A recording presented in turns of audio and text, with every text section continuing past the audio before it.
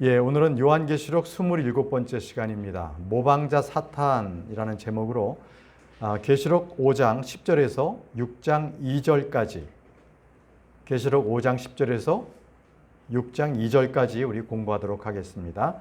먼저 계시록 5장 10절 말씀을 보겠습니다. 우리 하나님께 왕들과 제사장들로 삼으셨기 때문이니이다. 그리하여 우리가 지상에서 통치하리이다 라고 했습니다.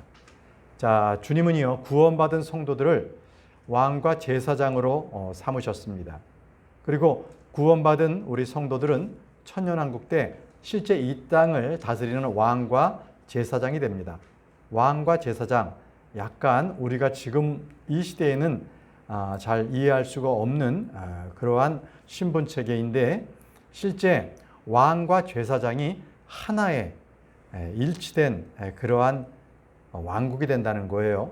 그래서 구약에서는 이스라엘을 생각해 보시면 제사장이 따로 있었고 그리고 왕이 따로 있었습니다.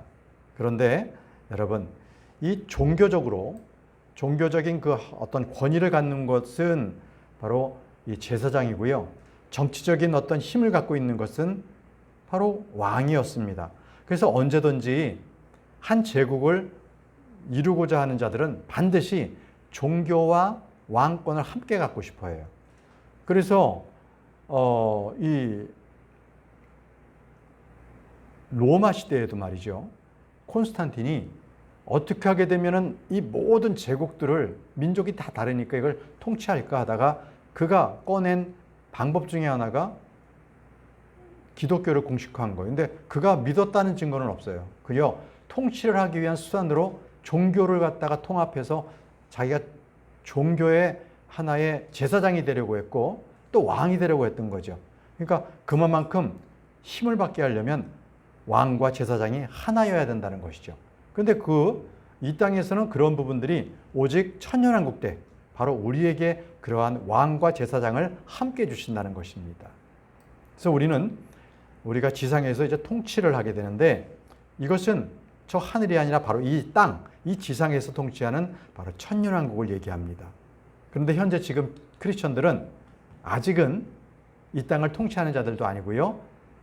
이제 저희는 지금 제사장에 대한 직분을 갖고 있는데, 그것도 무슨 동물을 잡아 죽이는 것이 아니라 영적 제사장이라는, 영적 제사장. 보실까요?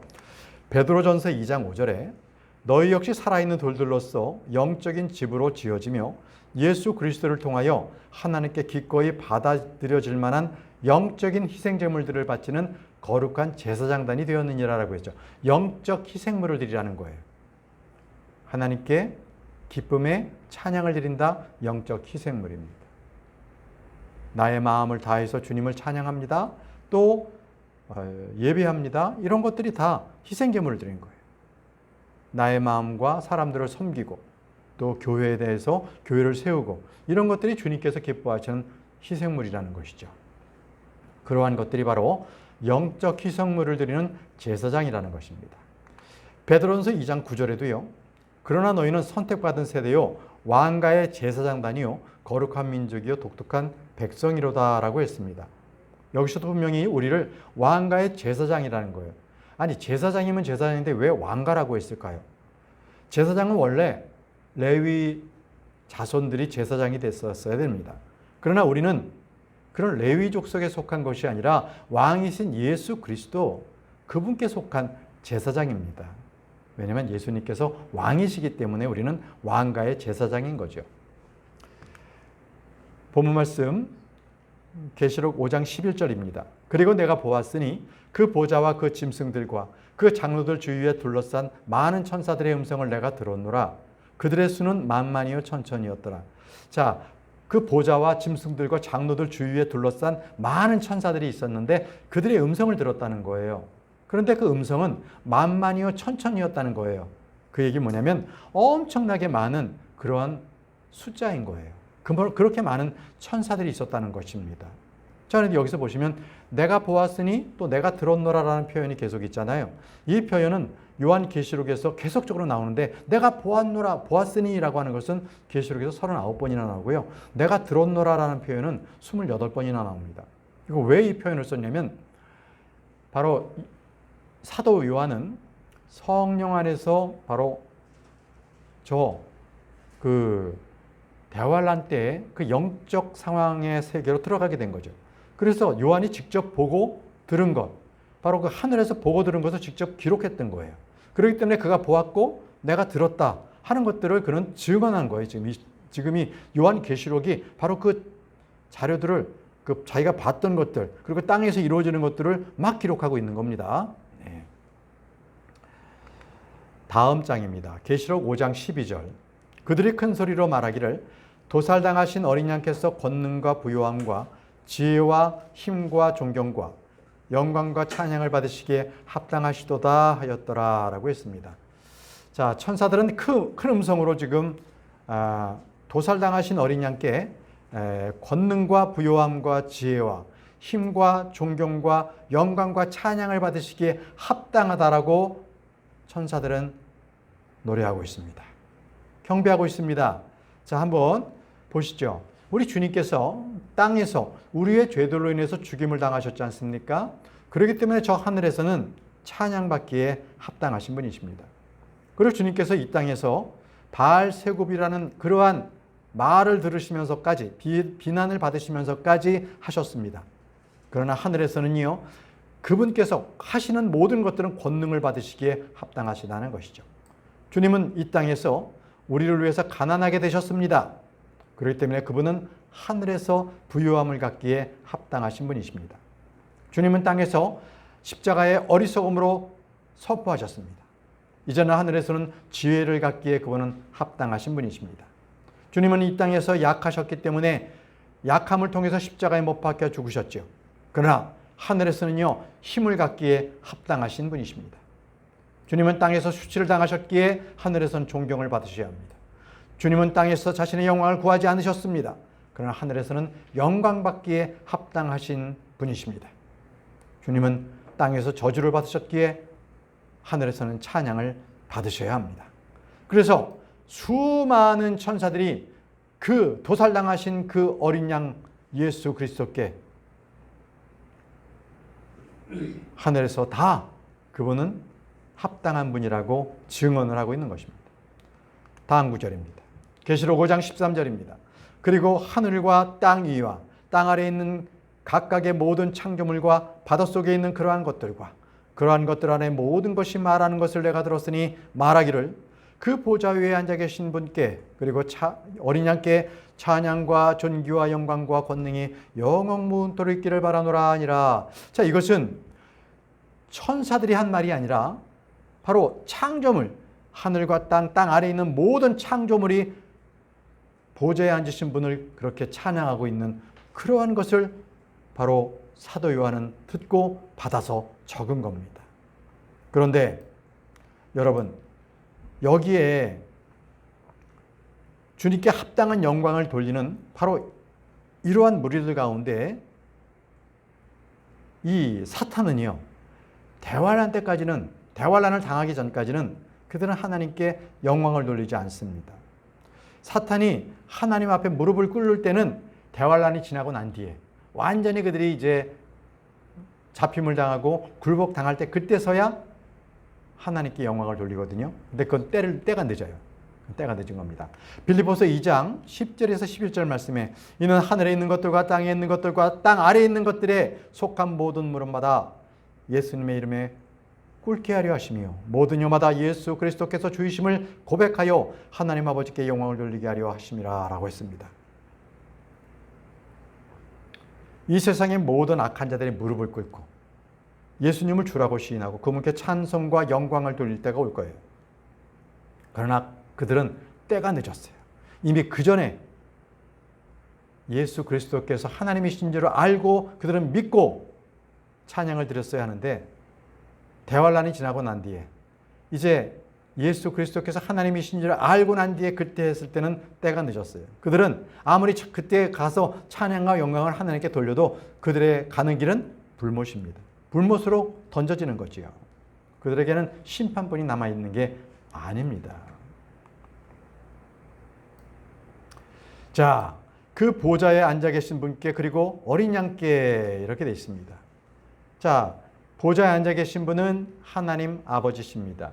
어린 양은 누구예요? 예수 그리스도시죠.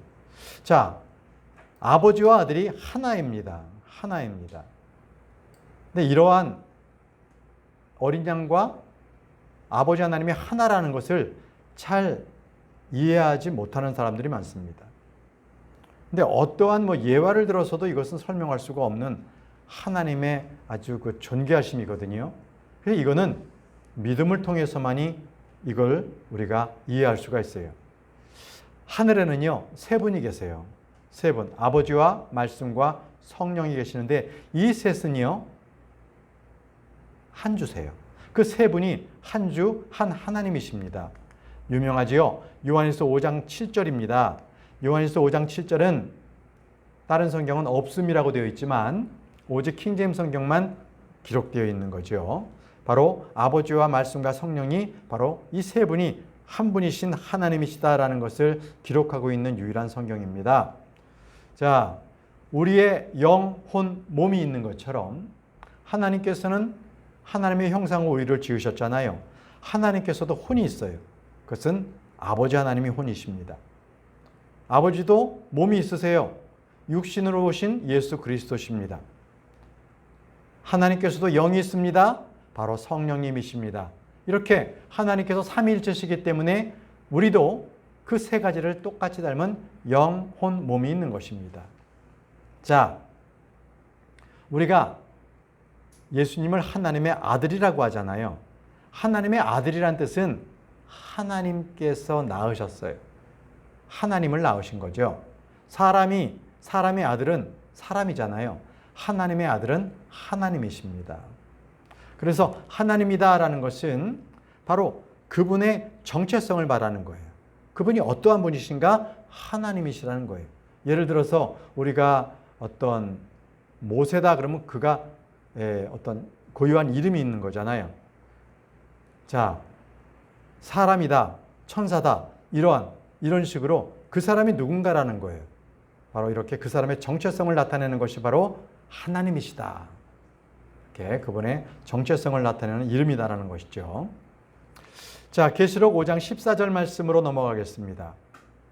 그러자 네 짐승들이 말하기를 아멘 하였더라. 그리고 24장로들이 영원무 그토록 살아계신 분께 엎드려 경배하였더라. 자, 모든 창조물들이 주님께 영광을 돌리자 짐승들이 먼저 아멘 했고요. 24장로들이 경배를 드리기 시작을 했습니다. 이것은요, 우리 역시 저 하늘로 올라가면 무엇을 하고 지낼 것인가가 나타나는 거예요. 하나님을 경배하면서 우리가 지내게 됩니다. 영광스러운 거예요. 하나님만을 그 높으신 그 놀라우신 분을 경배한다는 것, 그건 놀라운 특권입니다. 놀라운 일이고 그냥 하루하루가 새로울 거예요. 자, 요한계시록 5장 14절 이 말씀을 통해서 이제는 계시록 5장이 끝났습니다. 지금 5장은 하늘에서 본 것을 사도 요한이 본 것을 들은 것을 기록한 거거든요. 자, 이제 계시록 6장부터는 이제 하늘에서부터 이 땅까지 내려가는 바로 그러한 재앙들을 대환란을 그대로 다루고 있어요. 여기서부터는 굉장히 성경을 보는 관점을 주의해서 봐야 됩니다. 그래서 먼저 한번 지금 이 시간에 계시록 전반을 한번 살펴보고 넘어가겠습니다. 먼저 계시록 1장부터 5장까지를 한번 정리해 볼게요. 자, 1장은요. 주의 날의 성령 안에서 예수 그리스도의 모습, 바로 부활하셔서 천상에 계신 예수 그리스도의 모습을 바로 사도 요한이 증언한 겁니다. 계시록 2장과 3장은요. 바로 대환란 때에 이 땅에 있는 성도들, 이 땅에 있는 그 교회들, 7교회에 대해서 그렇게 기록하고 있는 거예요. 이 사도 요한은 그 당시에 바트모스 섬에 유배되어 있었어요. 근데 주의 날 성령 안에서 그가 바로 하늘로 올라가서 하늘에 있는 상황들을 보고 그리고 또 하늘에서 내려가는 그러한 모든 재앙들이 땅에서 어떻게 이루어지는지를 보고 듣고 기록한 거예요. 그래서 4장과 5장은요. 하늘의 성막에서 본 것들을 기록한 거예요. 하늘에 어떤 일이 있었는가. 그래서 우리가 5장 초장에는 7 봉인으로 되어 있는 그 말씀을 봤잖아요. 그 봉인까지만 본 거란 말이죠. 그 봉인이 하나하나 벗겨진 것은 6장부터 시작이 되는 거거든요. 자, 사도 요한은 지금 하늘에 있는 것들의 놀라운 것들을 보고 증언하고 있는 거예요. 그 증언하고 있는 책이 바로 지금 요한계시록이란 말이죠. 자, 1장부터 5장까지가 이러한 것들이라는 것을 살펴봤고, 앞으로 있을 대환란에 있을 일들, 바로 이제 기본적으로는 이제 이 4장에서부터 19장이지만 4장과 5장은 우리가 지금 살펴봤기 때문에 6장부터 19장까지를 한번 좀 보겠습니다. 자, 여러분들 이제 이 대환란이 되는데, 이 대환란 때에 이 나타나는 이 일들은요, 여러분 그냥 소설책 읽듯이 그냥 시간 순서적으로 쭉 읽으면 이해할 수 없는 책입니다. 잘 기억하세요. 요한계시록은 주제별로 기록되어 있다는 거예요. 주제별로. 여러분들에게 설명을 드렸죠. 이 사복음서는 예수님을 4가지 초점으로 해서 기록했다라는 것을 말씀을 드렸습니다. 그죠? 그런 것처럼 지금 이 대환란도요, 4가지 관점에서 그대로 다 그것을 기록했어요. 그래서 그 4가지가 순서대로 이렇게 입각한 것이 아니라 각각의 면에서 같은 상황을 보면서 기록한 것이다. 바로 사복음서가 예수님을 4가지 관점에서 봤던 것처럼 똑같은 거죠. 참고로요, 사복음서에서 마태복음과 요한복음은요, 주제별로 기록되어 있어요. 사건별로 기록되어 있어요. 이거 잘 기억하세요. 이거. 마가복음, 누가복음은요, 시간적인 배열로 해서 시간적 순서에 따라서 기록된 게 마가복음과 누가복음. 시간적 배열이 아니라 사건에 의한 주제별로 기록된 것이 바로 마태복음과 요한복음이에요. 그럼 계시록은요? 계시록도 이렇게 사건별로, 주제별로 기록된 겁니다. 이해되시죠? 그래서 우리가 요한계시록을 읽다 보면 아마겟돈 전쟁이 4번 나와요. 4번 나옵니다. 계시록 9장에서 나오고요. 16장에서 나오고요. 17장에서 나오고 19장에서 나오고. 아마겟돈 전쟁이 4번 있다는 게 아니에요. 4 관점에서 그걸 봤기 때문에 각 장마다 아마겟돈에 대한 것들을 조명하고 있어요. 여러분, 다시 말씀드릴게요. 요한계시록 4장에서 19장까지는 이 대환란에 관련된 기록된 것들인데, 이건 주제별로 기록되어 있다. 사건별로 기록되어 있는 것이지, 뭐 봉인들 다음에 그 다음에 나팔들이 나왔고 그 다음에 적그리스도가 나오고 이런 게 아니라는 거죠. 그 사건별 봉인 사건들, 또 그 당시에 나팔이 있는 나팔 사건들, 그때 또 적그리스도가 나타나는 것, 그리고 호리병들이 나타나는 이런 것들이 동시다발적으로 나타나는 것들을 사건별로 기록해놨다라는 것, 이걸 기억하시면서 앞으로 공부하시면 요한계시록을 정확하게 우리가 읽고 헷갈릴 필요가 없는 거죠. 자, 볼까요? 대환란 때 첫 번째 계시로 나타나는 게 요한계시록 6장입니다. 6장부터. 그때 봉인들에 대해서 7봉인이 있었잖아요. 그걸 봉인들을 뜯기 시작합니다. 자, 그리고 대환란에 대한 두 번째 계시가 계시록 8장에서 11장인데 그때는 나팔들에 대해서 사건을 기록하고 있어요. 또 대환란에 대한 세 번째 계시는 적그리스도에 대한 그 활동을 기록하고 있는데 바로 계시록 12장에서 14장까지를 기록하고 있는 거예요. 자, 대환란을 갖다가 보는 관점에 4가지 관점, 4번째는요, 바로 호리병, 그리고 거대한 바벨론에 대해서 기록하고 있는데 그것은 바로 계시록 15장에서부터 19장까지예요. 7장이 없죠. 7장은요, 삽입장이라고 그래요, 보통. 이런 어떤 그 대환란의 계시 중에 갑자기 이 땅에서 구원받은 환란 성도들이 저 하늘에서 올라가서 바로 그들이 하늘에 있는 모습이 기록되어 있는 거예요. 삽입절이다. 계시록 7장은 삽입절이다. 그래서 이 땅에서 구원받는 성도들이 저 하늘에서 있는 모습을 기록하고 있는 게 계시록 7장이에요. 자, 요거 상황들을 이렇게 보시면서 우리가 계시록을 공부하면 아주 쉽게 이해가 됩니다. 아시겠죠? 자, 이제 그러면 계시록 6장 들어갑니다. 자, 주목하시고 계시록 6장 개요 한번 설명드리겠습니다. 먼저 계시록 6장에서 첫 번째 봉인은 1절과 2절에서 나옵니다. 이때는 활과 왕관을 받은 자가 나타나는데 그는 적그리스도예요. 근데 아주 흰말을 타고 나타났기 때문에 사람들이 이 흰말을 탔다? 이거는 계시록 19장에 나오는 예수님이신가? 똑같거든요. 헷갈려요. 그런데 이것은 분명하게 적그리스도가 등장하는 겁니다. 자, 두 번째 3절과 4절은요. 두 번째 봉인일인데 거대한 칼을 받은 자가 나타나는 거예요. 그래서 이 땅에서 화평이 없어져요. 평화가 없어집니다. 근데 그는 붉은 말을 탄 자야. 붉은 말. 저는 이걸 보면서 대환란 때는요. 이 세상이 바로 이 공산화, 붉은 공산화가 된다라고 저는 보고 있습니다. 또 그렇게들 말하는 그러한 분들이 계십니다. 자, 그리고 세 번째 봉인은 5절과 6절에서 나타나는데 이때는 그가 저울을 받은 자가 나타나요. 저울. 근데 그때 전 세계적으로 기근이 발생이 되고요. 바로 그 예표로서 검은 말을 탄 자가 나타납니다. 검은 말을 탄 자. 그런데 여러분, 여기 세 번째까지가 이 세상에서의 어떤 그 환란과 기근, 전쟁 이런 것들이잖아요. 이건 뭐예요? 우리 주님께서 바로 비탄스러운 일들의 시작이라고 말하는 대환란의 전 3년 반을 얘기하는 거예요. 잘 기억하세요. 여기 지금 첫 번째, 두 번째, 세 번째 봉인까지가 뭐예요? 대환란의 3년 반, 전 3년 반.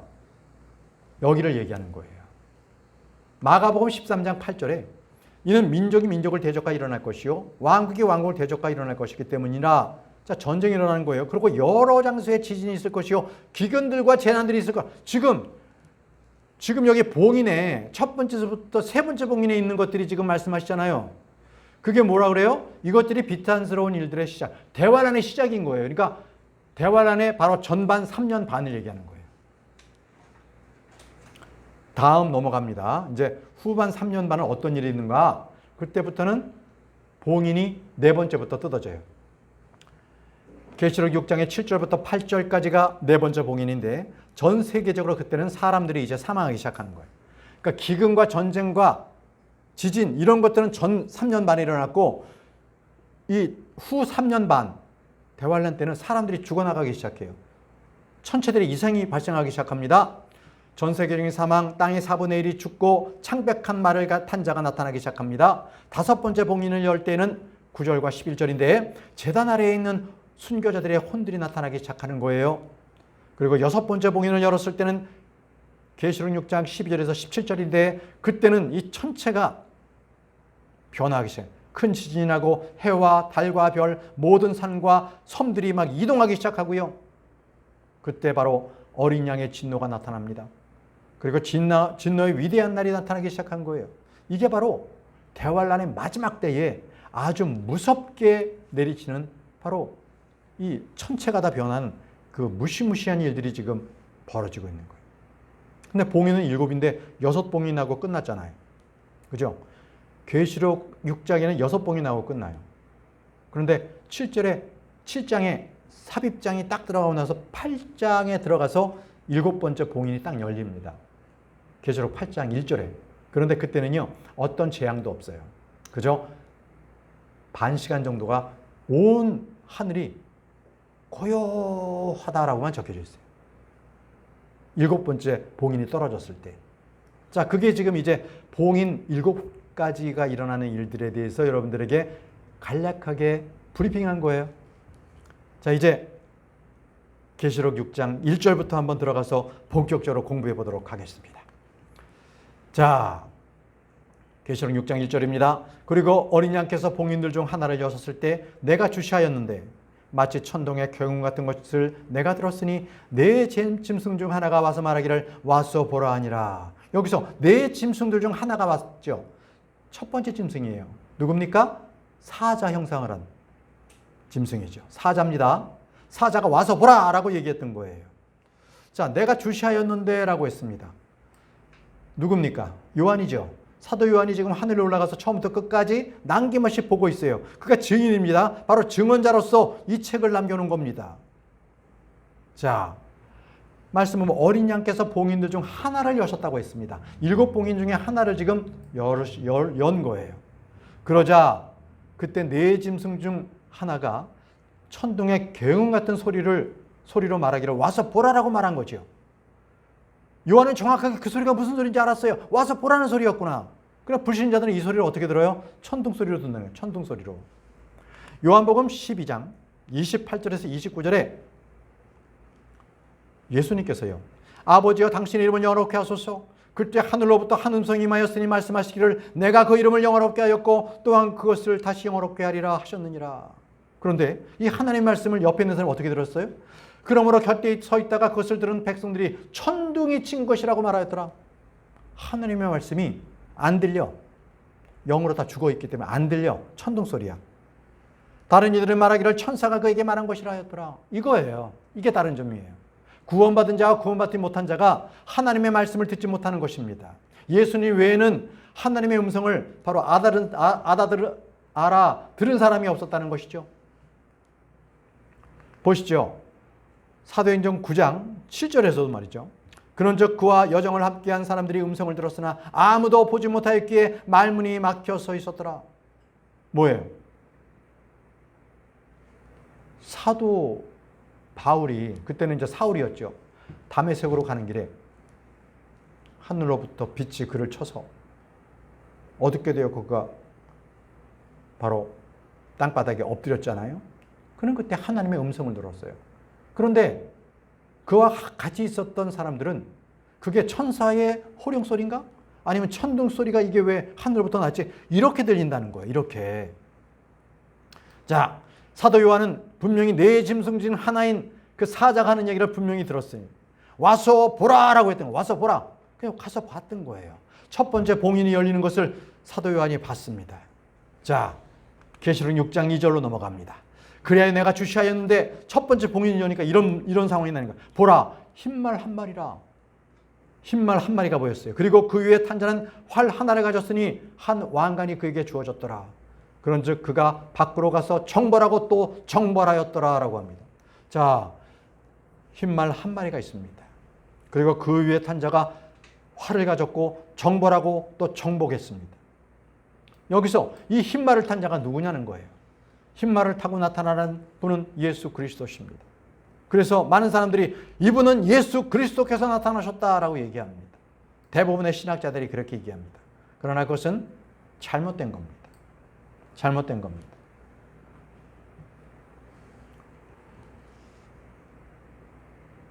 우리 주님께서도요, 칼이 아닌 활을 가지고 활을 당기신다는 말씀이 있기는 있어요. 참고로 보여드릴게요. 시편 7편 12절에 13절 말씀에 만일 그가 돌이키지 아니한다면 그분께서 자신의 칼을 가지시리라. 그분께서 자신의 활을 당기셨고 그것을 준비하셨도다라고 했습니다.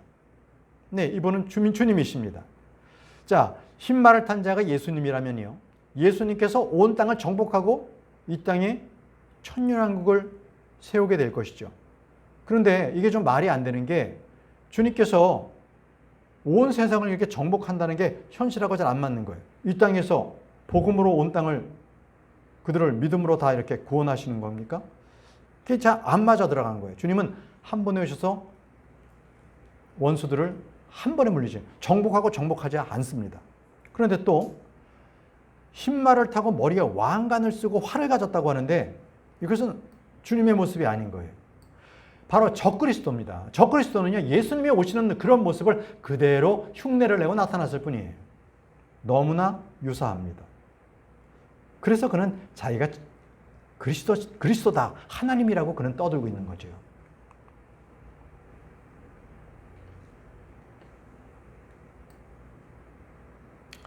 자, 흰말 한 마리라. 그리고 그 위에 탄 자는 활 하나를 가졌으니라고 합니다. 예수님께는 실제 계시록 19장 11절에서부터 16절까지 보면 흰말을 타고 오신 분은 예수 그리스도십니다. 주의하십시오. 사탄은요, 언제나 자신을 빛의 천사로 가장하고 속인다는 것입니다. 분명히 주님께서 오셨을 때 계시록 19장 15절에는 주님은 활이 아니라 칼을 갖고 계시는 거예요. 흰말을 탄 자가 활을 가지고 있다. 이것은 비슷하지만 다릅니다. 완전히 다른 것입니다. 자, 우리 주님의 입에서는요, 예리한 검이 나온다는 거예요. 칼이 나옵니다. 보시죠. 계시록 19장 15절. 이 부분은 예수님이십니다. 그분은 흰말을 타고 오셔서 또 그분에 비해서 예리한 검 하나가 나왔는데 그분께서 그것으로 민족들을 치료하십니다. 그리고 그분께서 철장으로 그들을 다스리시리라. 또한 그분께서 전능하신 하나님의 맹렬함과 진노의 포도틀을 밟으시리라. 이렇게 말씀하셨습니다. 여러분, 우리 주님께서 그들을 치시는 것은 칼이었습니다. 그런데 마귀의 공격 도구는 뭔지 아세요? 화살입니다. 에베소서 6장 13절 보세요. 에베소서 6장 16절입니다. 에베소서 6장 16절. 무엇보다도 믿음의 방패를 붙들라. 그것으로 너희가 사악한 자의 작은 불화살들을 모두 끌 수 있으리라. 자, 사탄이 쏘는 것은요, 불화살이에요. 근데 여기서 화살은요, 일반 화살이 아니라 다트죠. 다트, 조그만 다트. 조그만 걸로 해서 조그만 틈을 공략해요. 그것도 불화살로. 이게 바로 마귀가 쓰는 화살입니다. 불화살. 다시 본문 말씀 들어가서 계시록 6장 2절입니다. 한 왕관이 그에게 주어졌다고 했습니다. 한 왕관, 적그리스도입니다. 예수님께서는요, 왕관 하나를 쓴 게 아니라 왕관 위에 여러 개의 왕관이 겹쳐져 있는 것을 쓰고 계세요. 계시록 19장 2절 말씀, 12절 말씀입니다. 계시록 19장 12절 말씀. 그분의 두 눈은 불의 화염 같았고 그분의 머리 위에는 많은 왕관들이 있었더라. 많은 왕관을 쓴 것이 바로 예수 그리스도십니다. 근데 왕관 하나만 쓰고 나타났다? 그건 적그리스도예요. 적그리스도. 이게 다 구분하는 법이죠. 구분하는 겁니다. 그리고 정벌하고 또 정벌하였더라. 정벌자가 누군지 아십니까? 이는 장차올 통치자는요, 정복하는 자들입니다.